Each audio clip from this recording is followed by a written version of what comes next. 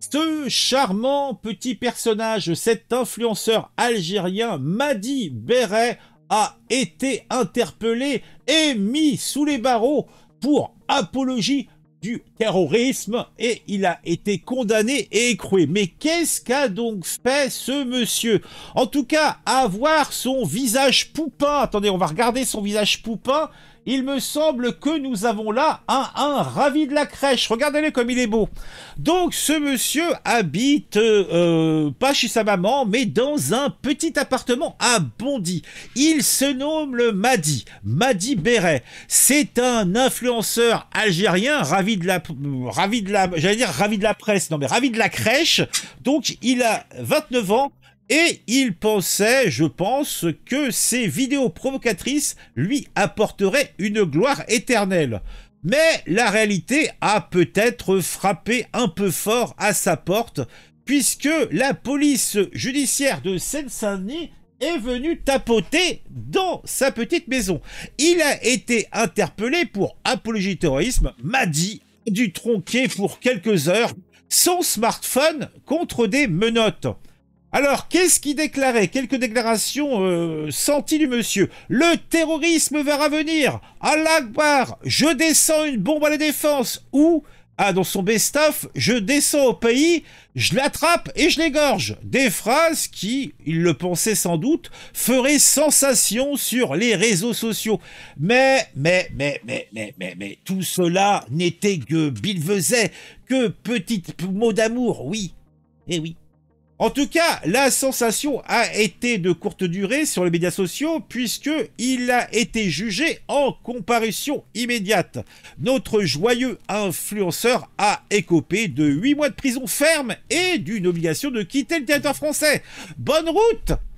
Adieu les likes, bonjour les barreaux, en tout cas pour quelques heures, puisque pour 8 mois de ballon, on va pas te mettre en tôle. Non. De son côté, notre ministre de l'Intérieur, Bruno Retailleau, n'a pas manqué de rappeler une fois de plus que la France ne plaisante pas avec de tels discours.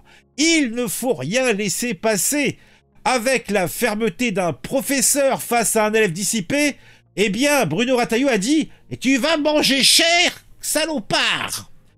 Bon, pendant que Mady Berray médite sur ses erreurs au centre de rétention administrative, le fameux CRA, d'autres influenceurs algériens se retrouvent à leur tour dans le collimateur des autorités. Alors, est-ce qu'on a la séquence? On va les regarder, on va aller sur X, on va aller regarder ça.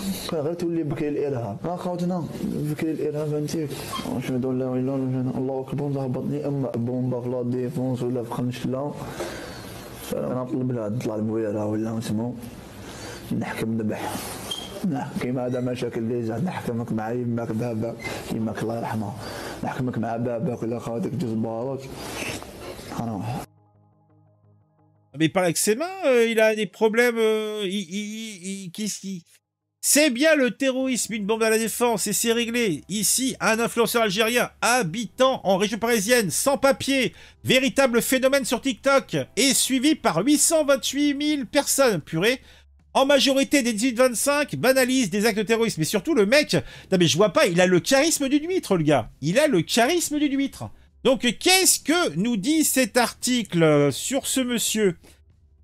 Lundi 13 janvier, la tranquillité de Bondy a été brutalement perturbée par l'interpellation de Mady Berray, un influenceur algérien de 29 ans.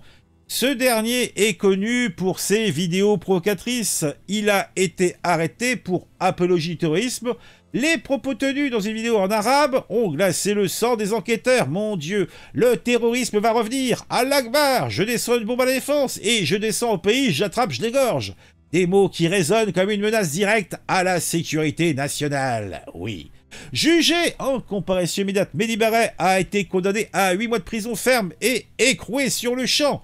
La préfecture de Seine-Saint-Denis n'a pas tardé à réagir, lui délivrant une obligation de quitter le territoire français, les fameuses OQTF, assorties d'un placement en centre de rétention administrative, les CRA de triste mémoire. une sanction sévère qui envoie un message clair. La France ne tolérera pas de tels discours sur son sol. Bon, en tout cas, hein, c'est ce qu'il a dit. L'affaire, bien sûr, dans les médias et auprès de la presse spécialisée a suscité des réactions tant au sein des autorités françaises que dans la communauté des surfeurs en ligne. Le ministre de l'Intérieur, Bruno Retailleau, a souligné la détermination du gouvernement à lutter contre ces dérives.